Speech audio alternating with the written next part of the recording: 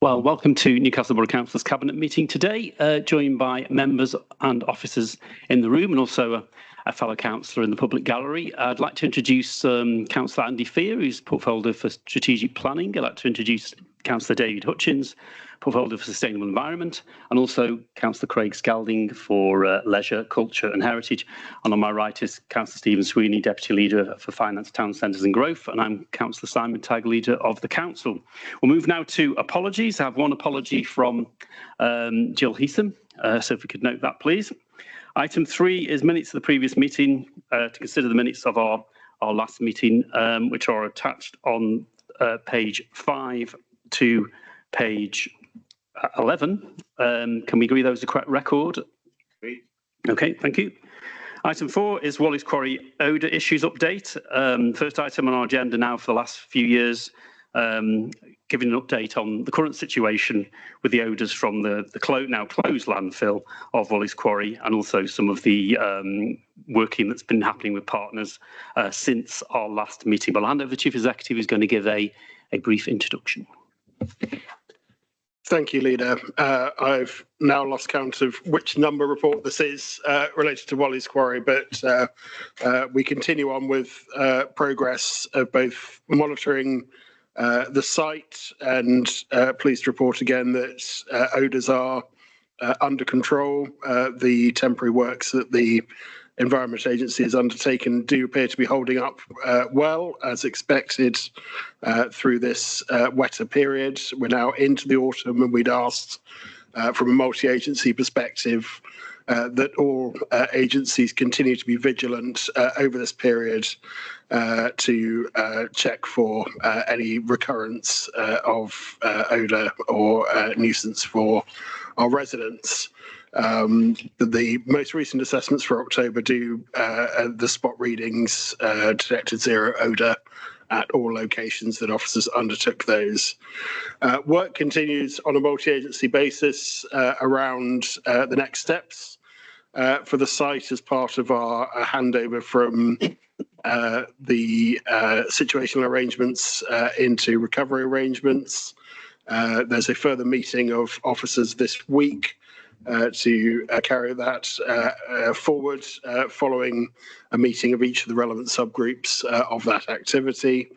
And in the next few weeks, there will be the first meeting of the political coordination group to make sure we have political oversight of where we're going to with both our asks of government and our asks of other agencies. So the council has a critical role in making sure we're pulling that together and coordinating those activities, but very much this is activity that continues to sit on a multi-agency basis for Wally's and obviously to involve the community as appropriate as well. So I'll stop there and hand over for any questions. Thank you.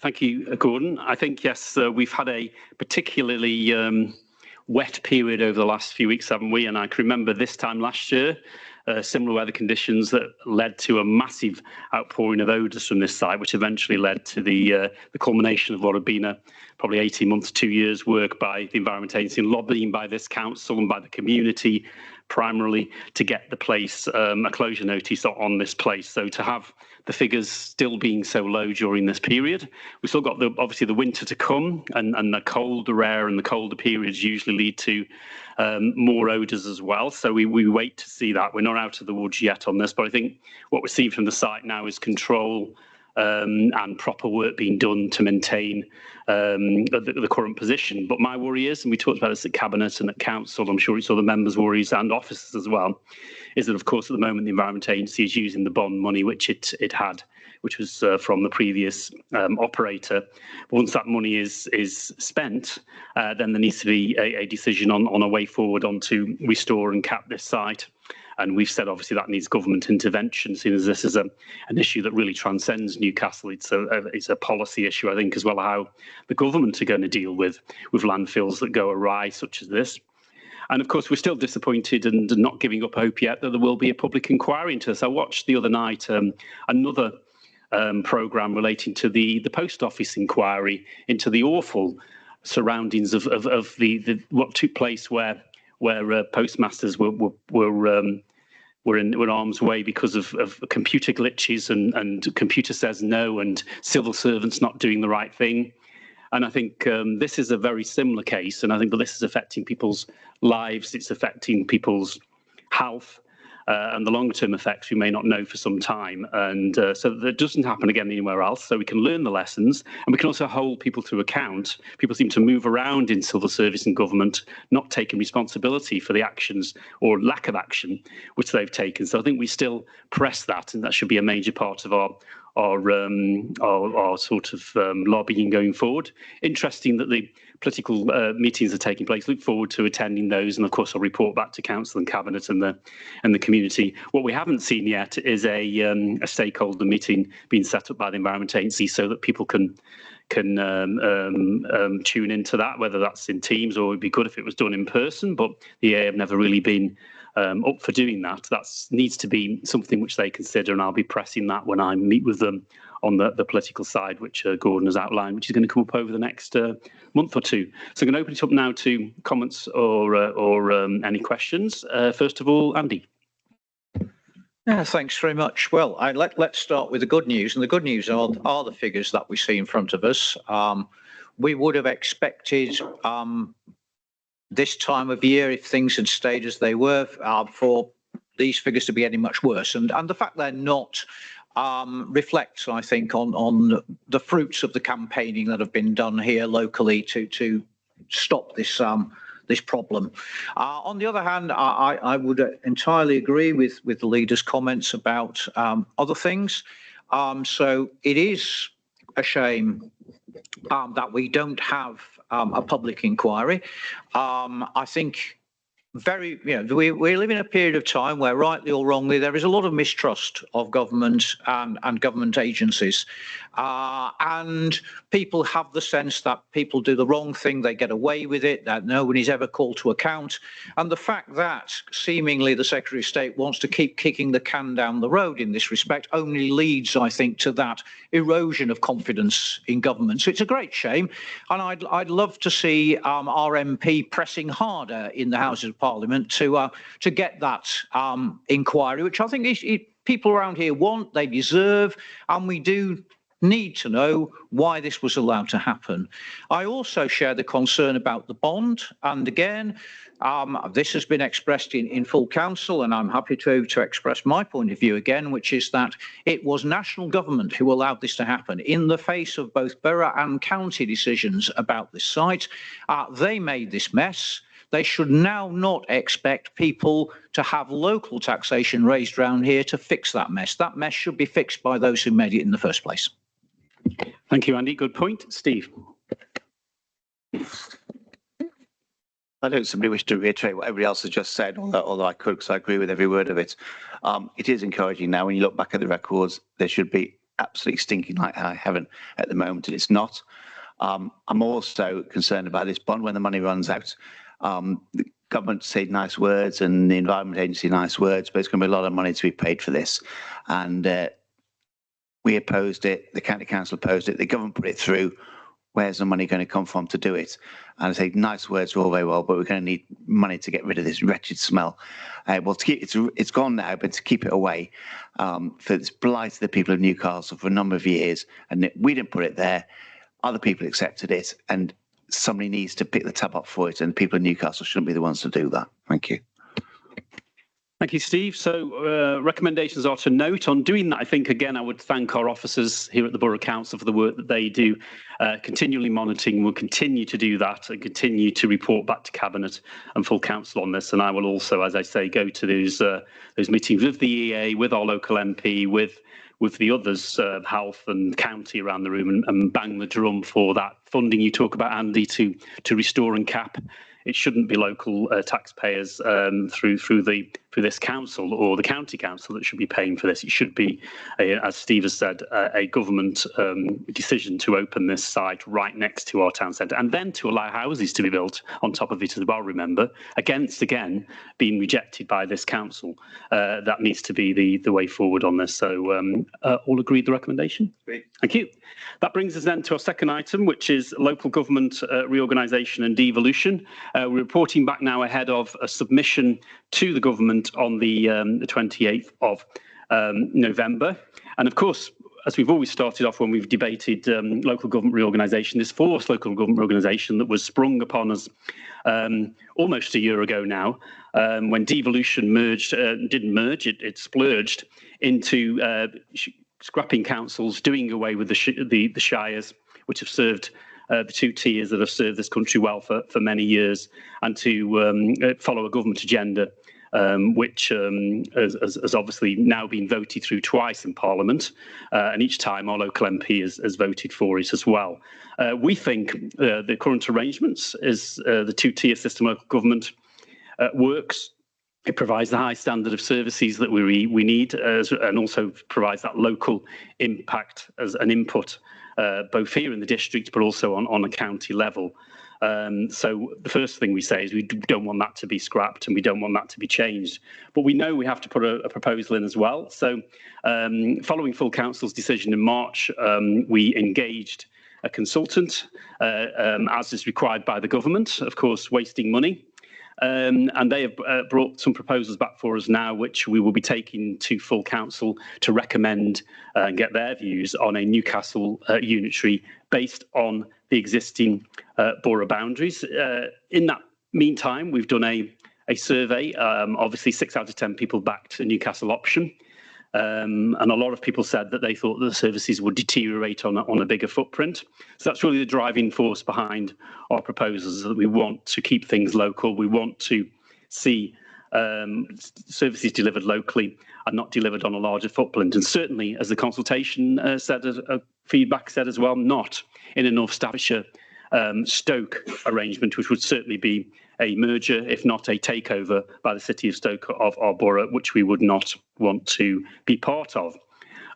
So we also have another angle on this, which is devolution, of course, because originally the government and the previous government were looking at devolution, which we agree with. We want to see more powers and funding brought down to a local level, but local government reorganisation that has been forced through isn't anything to do with devolution, and strategic authorities are the way forward. They used to be called combined authorities under the previous government, and we put a bid in for that last September on this Staffordshire and Stoke-on-Trent footprint. That at the moment has been put on the back burner while this local government reorganisation takes place. And we think that should be brought back onto the agenda for those benefits, whether that be transport funding, which is something that Staffordshire really needs, or whether that's funding for businesses, growth, skills and employment, which again is what is needed by this county and this borough as well. So we wish to try and get the government to change its mind and allow us to bring forward the proposal. So we're going to propose a Newcastle unitary based on the current borough boundaries, because we believe that will be the best form of government for Newcastle Borough.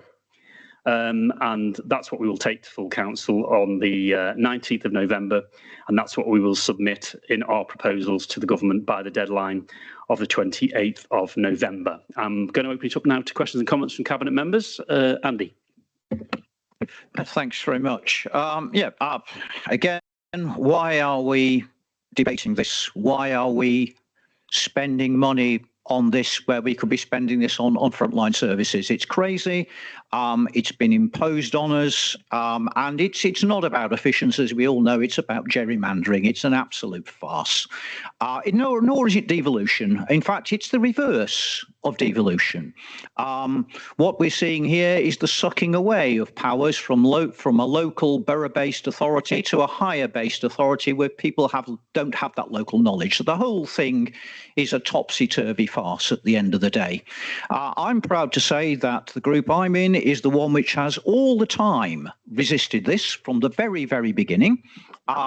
It's a shame to see other people now who were very enthusiastic about exploring the benefits of bigger authorities joining with Stoke and such like at the beginning, and all of that's there on the recording, so no one can dispute that that's the case. Having discovered that strangely round here, absolutely everyone in this borough does not want to be merged with any other authority, are now desperately trying to not so much paper over the cracks in their position as paper over a gaping great hole in the wall of their position to try and pretend otherwise. But no one in my ward, no one in this borough wants this to happen, and we shall try our very best to stop it happening. Once again, what a shame that our MP, who should be standing up for local people, is not making that a clarion call in the House of Commons, but as I'm afraid, as you said, Simon, has actually been happy to facilitate this going forward. This is a terrible shame, and it shows that really there is no representation of our borough on this issue in Parliament at all at the moment. Thank you. You make a valid point, Andy, there. I think we've seen a release, I think, from the Labour group, or at least the leadership of the Labour group, claiming that a Newcastle unitary was their idea and that we've U-turned after voting against it. I think you're quite right. Back in January, key members of the Labour group got up and said in council that they thought it was larger authorities were needed and were the way forward, etc. And we've got those recordings, obviously, for historical record. And then, of course, we were the first ones to put out the paper in March ahead of full council recommending investigation of Newcastle only borough unitary authority area, but also we had to, as the government had required, look at other options as well. Now, if people remember the council meeting in March, the Labour Party put forward an amendment asking for just one proposal to be investigated, because we were only investigating proposals at that point. And we said, well, actually, no, that's not what their government wants. What they want is a range of proposals looked at, and then a choice of preferred proposal, which is the process we've just gone through. So it's ludicrous to say that we've suddenly changed our mind. If anything, the flipping and the flopping has taken place in the opposition group here at the Borough Council. And of course, as you say, the cream on the cake is really the MP, the Labour MP, part of the Labour Party of Newcastle, who has not stood up. Now, I remember an MP by the name of Paul Farrelly, who even of the slightest chink that there was going to be a threat to the borough's status and independence, would launch a campaign and will be out there campaigning to end it. I remember when there was even a parliamentary boundary review in its very early stages. He launched a campaign to save our borough, the council, on the back of that. And other key members of the Labour group were part of that, and I don't think that our MP at the moment is standing up for us as we would so wish. It's not as if we haven't asked him. We've approached him. We've wrote to him. We've had sarcastic letters back, which I think, the people of Newcastle, if they were to see those, would see our MP in his true light. So I completely agree with you on that. I think set the record straight here, Andy, as you add. This group and this Conservative group on the council were the first ones to argue for a Newcastle unitary, and we will be the ones that will take it through full council on the 19th of November and ahead of the 28th of November submission. Steve. Yeah, a couple of little things I can add. I've got a letter in front of me from Steve Reid MP, the minister concerned, and the government was elected last year on a clear mandate to deliver sustainable public services, devolve power and responsibility to local areas, and build a country where everyone has access to a safe, secure, and affordable home. I'm determined to deliver on that vision. Scrapping local authorities doesn't mention that. I wonder why. Perhaps it's because he's not telling the whole truth and all the truth and nothing but the truth. Also, when you go through the survey that the council did of local residents, the number of people who thought that services would improve by this system was a staggeringly high figure of 6%. I say high because I thought it'd be nil, but it actually went as high as 6% of people in this borough think this is a good idea and it's going to improve their lives.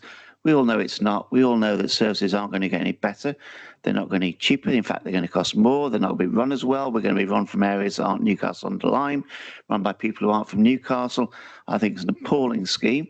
I think it should never have started. And I agree with every word both yourself and Andy Fear say. It's absolute madness. And it's spending money that we could really do with spending on the people of Newcastle-under-Lyme. Thank you. Thank you, Steve. Any other comments from Cabinet members? Okay, just to sum up then, we are proposing that if forced local government reorganisation takes place and is imposed by this central government, the best option for continuity and local accountability is a standalone Newcastle unitary based on the existing borough boundaries. And there are key arguments in favour of this from a local point of view.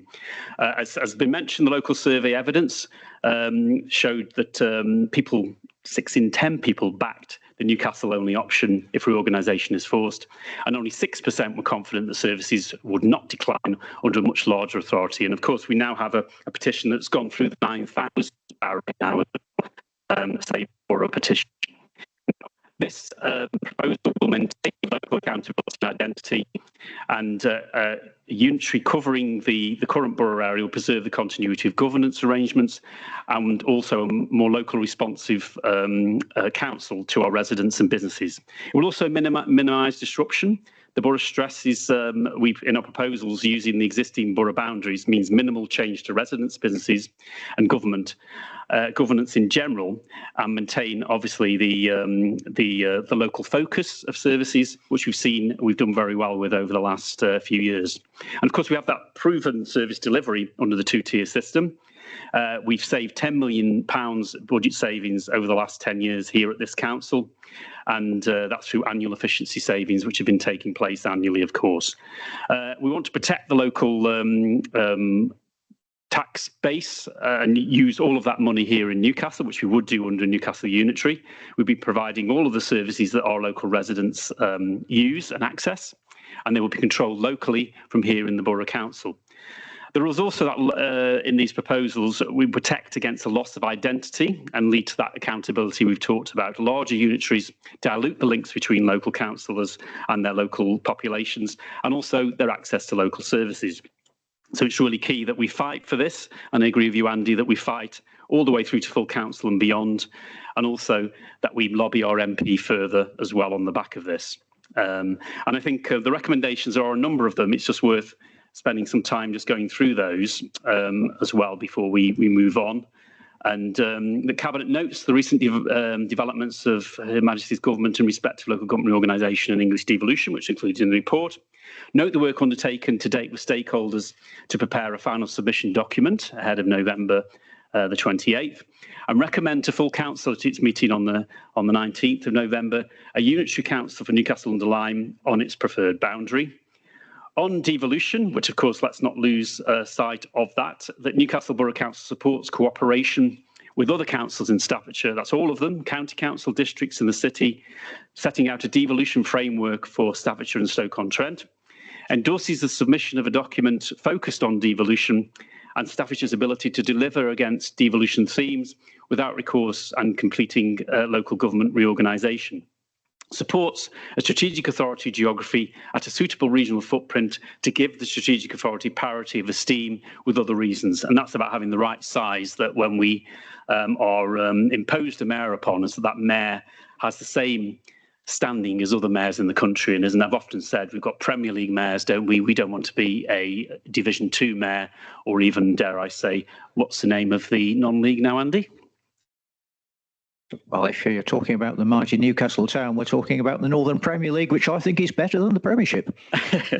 But you can see, use the football adage there, that a mayor for our area must have the same punch and weight as mayors for other areas. And then on forced local government reorganisation, we remain of the belief that the current two-tier local government structure in Staffordshire should remain in place as the best governance model for the Borough of Newcastle-under-Lyme, and believe that any new authority must have the highest possible standard of service to residents, and any change to the current governance model in the Borough of Newcastle-under-Lyme must maintain or exceed the current level of local service provision.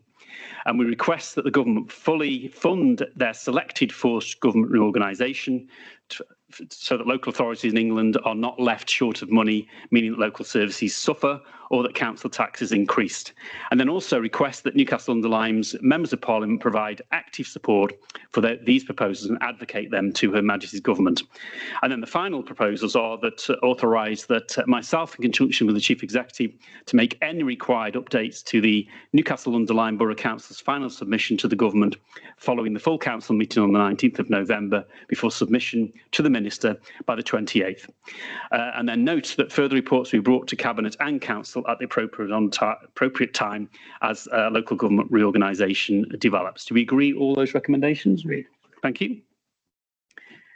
That leads us then to item 6, which is Bradwell Dingle Play and Recreation Facility Improvements, and David's leading on this one.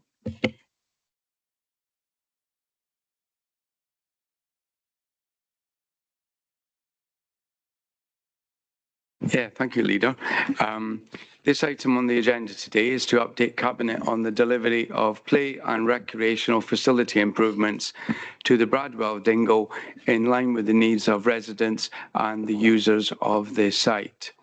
Between the 16th of July and the 14th of September in 2025, Newcastle-under-Lyme Borough Council asked people for their views on proposed improvements to the Bradwell Dingle. This involved an on-site consultation carried out by AW Scape Limited, followed by an online consultation. It's unfortunate that some individuals are trying to claim credit for the work of the community in this area. I'd like to thank Lucy and Jude from the Friends of Bradwell Dingle for their work in this area. They asked if the consultation period could be extended by a further 2 weeks so they could go door knocking and reach as many residents as they possibly could. In total, 126 people gave feedback on the proposals. 89 of those who responded live in Bradwell. Others live locally to the area. 43% of those who responded use the park on a daily basis, 27% on a weekly basis. 72% would like to see a new wheeled area, with 77% opting for a pump track, as long as it's properly built and maintained. 84% of those who responded would like to see some outdoor gym equipment, which is great news for the health and well-being of our residents. And 98% of those who responded would like to see some new benches. The scheme is programmed to commence on site January-February 2026, with an estimated completion date of May 2026, at which point the improved facilities will be available for community use. So I present this report to Cabinet. Thank you, Leader. Thank you. Welcome this. I think again, we should proceed with caution, I think, because obviously more of the population that live around Bradwell Dingle need to know about these proposals and feed in. I think that's really important. And I know the area on the past, from past knowledge, has been an area of antisocial behaviour, but also we want to provide facilities for the whole community and part of this plan. I think I agree with you on people trying to take credit, and even though you were a bit more diplomatic than I'm going to be, I think, and after the last item where we've had the Labour Party spreading misinformation, I think they, on their Facebook page, it says, in response to the council's post about the investment of the 412,000 to transform Bradwell Dingle and into more welcoming and accessible green space. It says, this is the culmination of great work by Bradwell's Labour councillors delivering for our community. I think if you just pointed out Jade and her team, who are not obviously part of the Labour Party as far as I can see, have been working with the community there and will continue to do that and making sure we get the correct facilities. And it's just a shame that some councillors from certain areas do try to claim credit for the work of their community. And I think they always come a cropper when they do that, councillors do, and I think they've got a lot to learn, and the electorate will have their say next May.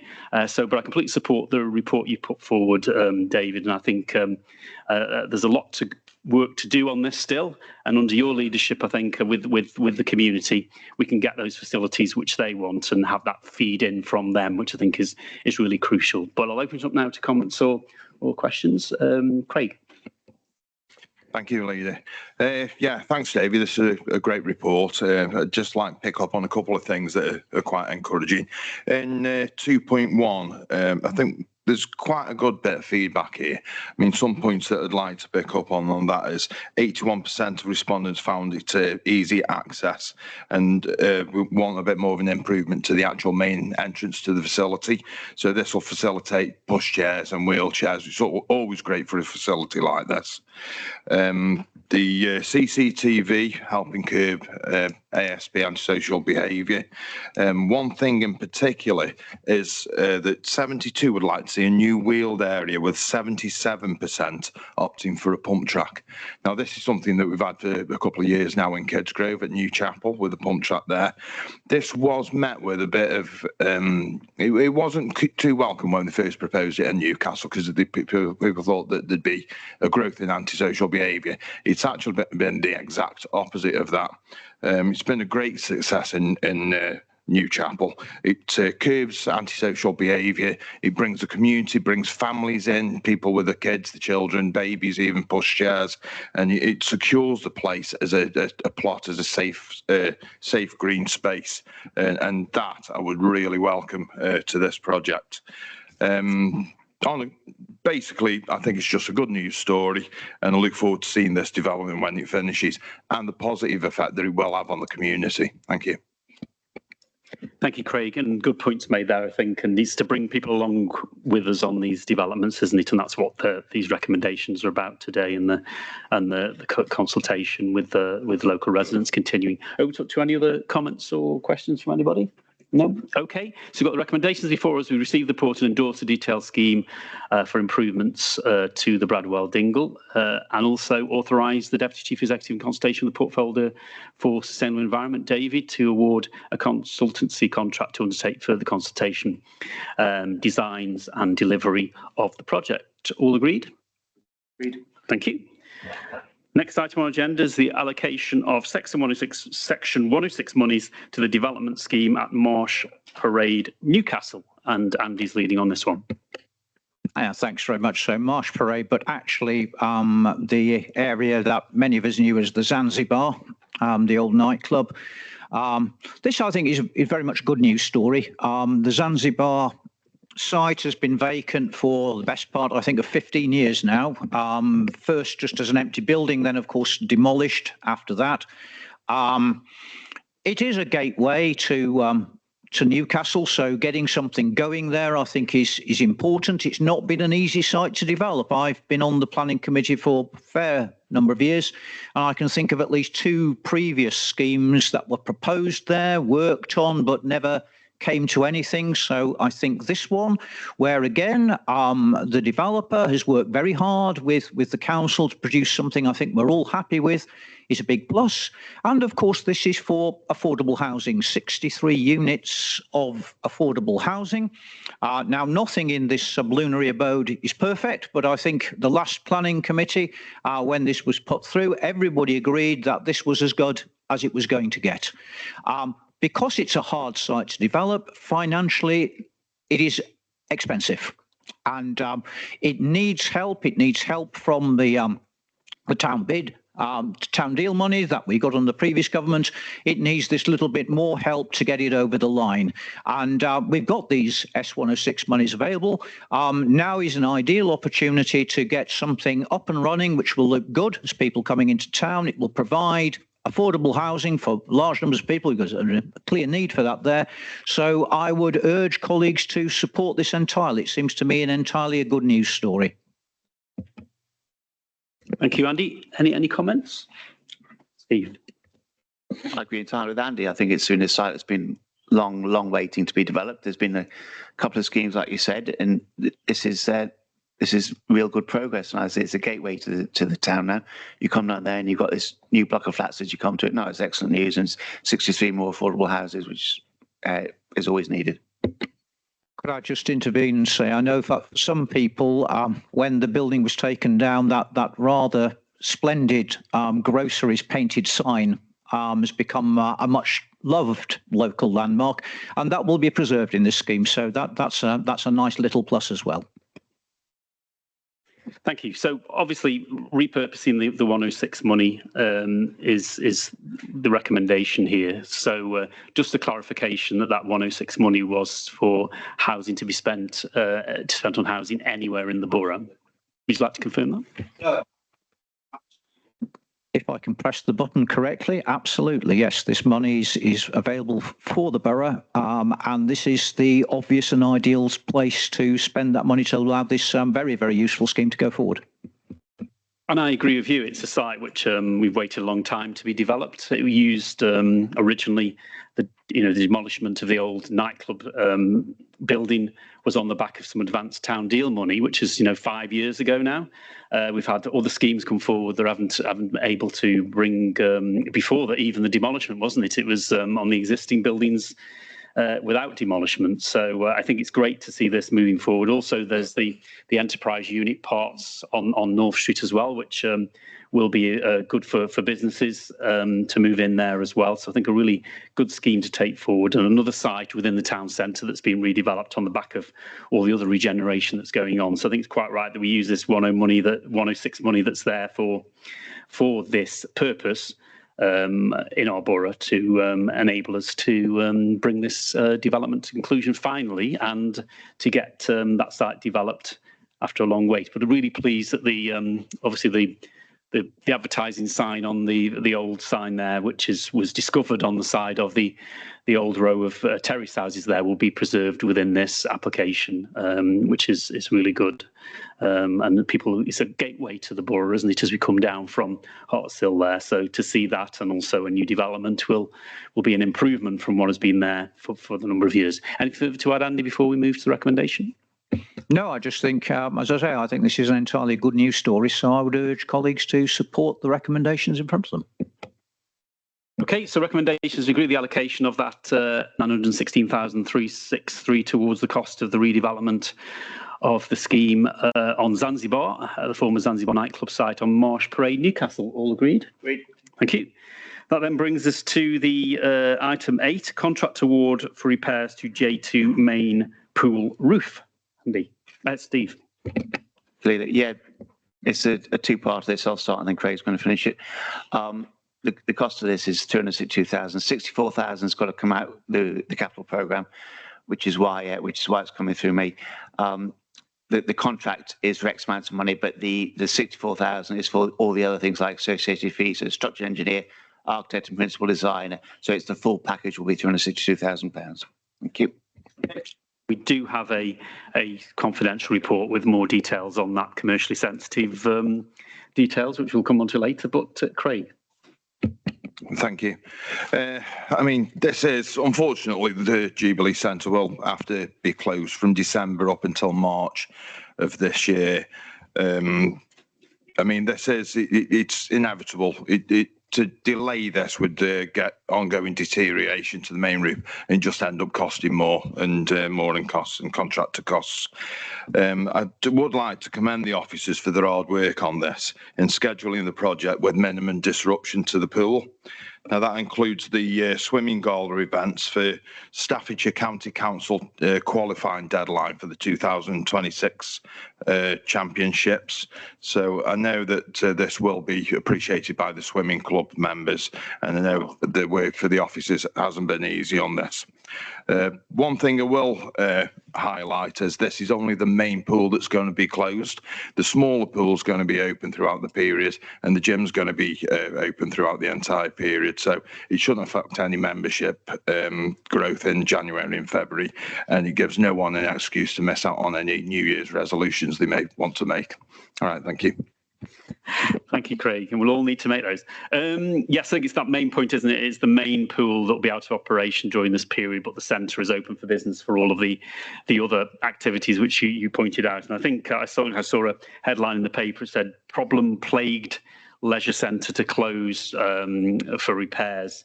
And I think what we're seeing here is a new roof is required over the main pool that will be delivered, but also we've got quite a lot of money coming in the pipeline as well for changes to the centre and investment in the centre, which is due now. It's 13, 14 years old, isn't it now, since it opened? And these type of things come along and need to be updated and secured for a future 10, 15 years as well. So that's what we're starting off here with this project here. And of course, as Craig has said, we've managed to work around the swimming gala to ensure that goes ahead as planned. But obviously the main pool will be closed for a significant amount of time. But in the end, we'll get obviously a better, more secure facility, and also more improvements and enhancements to come over the next year or two, as well, as we begin to use some of that money which we receive from central government to help on reducing carbon footprint and also reducing energy costs, etc., from what is our big energy and carbon emitter in the borough's property stock. But I'll open it up now to any comments or questions. Andy. And I just think I want to endorse Craig. This isn't a plague of problems. This is to stop a plague of problems. If you don't act swiftly with these things, the problem grows exponentially. So by acting now, we're actually saving money. We're not wasting money on a problem that's been created. And just to say, my professional life, of course, I look at building inscriptions put up by Romans, and the repairs to bathhouses are a standard thing. When you get heat and water put together, you will need to repair things. And the quicker you do it, the more money you save. Thank you, Andy. Any other comments? Okay, thank you for that. Recommendations are there in the report. Approve the works to the underside of the pool roof to enable continuation of swimming provision in the borough from that site. Allocate those capital programme monies towards it. Authorise the Deputy Chief Executive in consultation with the portfolio holder to award the contract, and note that the above work will follow by the installation of pool covers, which will reduce the water heating requirements, supporting the council's sustainability programme. And then also we do have a confidential item with some of the figures which we can't make public because of commerciality. All agreed? Agreed. Thank you. And that then leads us to item number 9, which is the fleet vehicle and maintenance procurement. David. Yeah, thank you, Leader.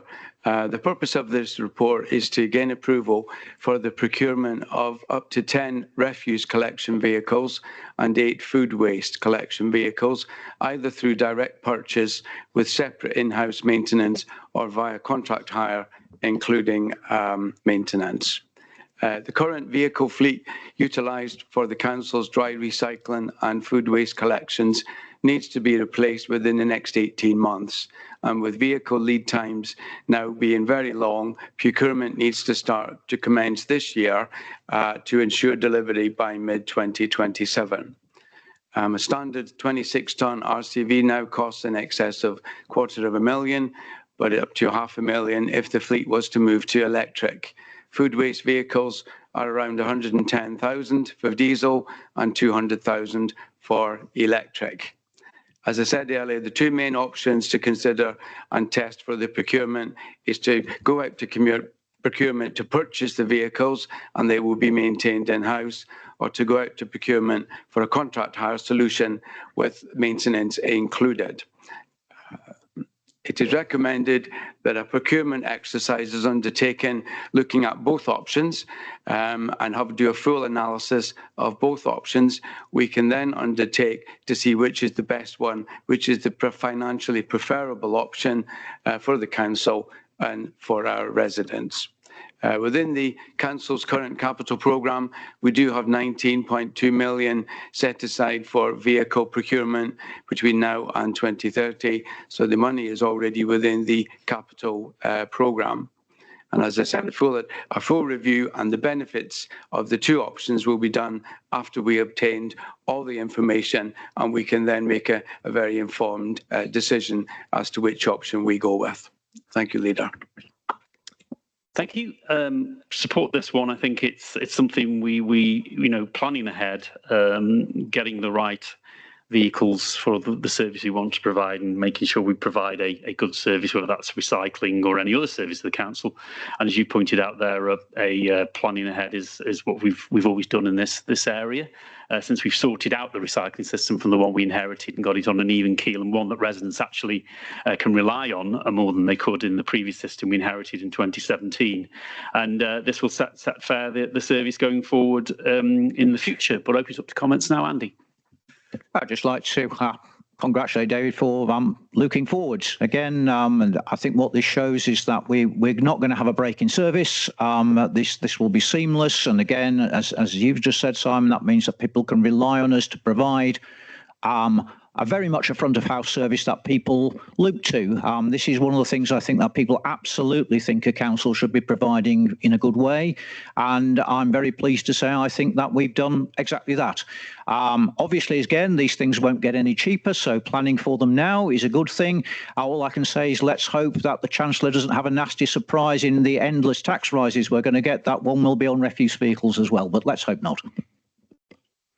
Thank you, Andy. Any other comments from Cabinet members? No? OK, so thank you for introducing the report, David. You've more or less covered the recommendations. So we do also have, I believe, a confidential bit on this as well to do with the award of the contract for commerciality, of course.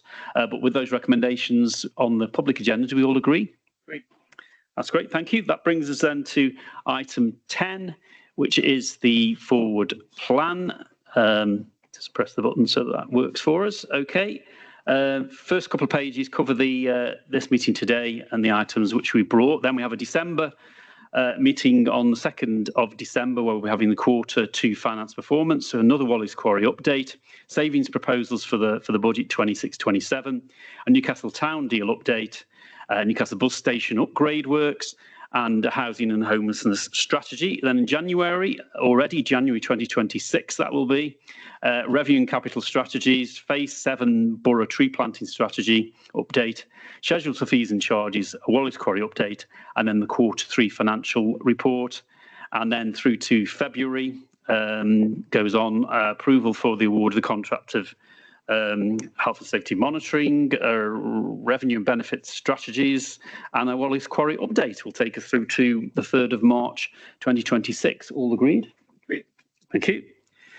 That brings us to item 11, which is urgent business. I don't have any urgent business. Also haven't had any requests from Cabinet for the public for questions for Cabinet or from other elected members. So we'll now move to item 12, which is the disclosure of exempt information, and resolve that the public be excluded from the meeting during the consideration of the 2 reports referred to earlier, because it's likely that there will be a disclosure of exempt information as defined in paragraph 1A of Schedule 12A amended of the Local Government Act. All agreed? Agreed.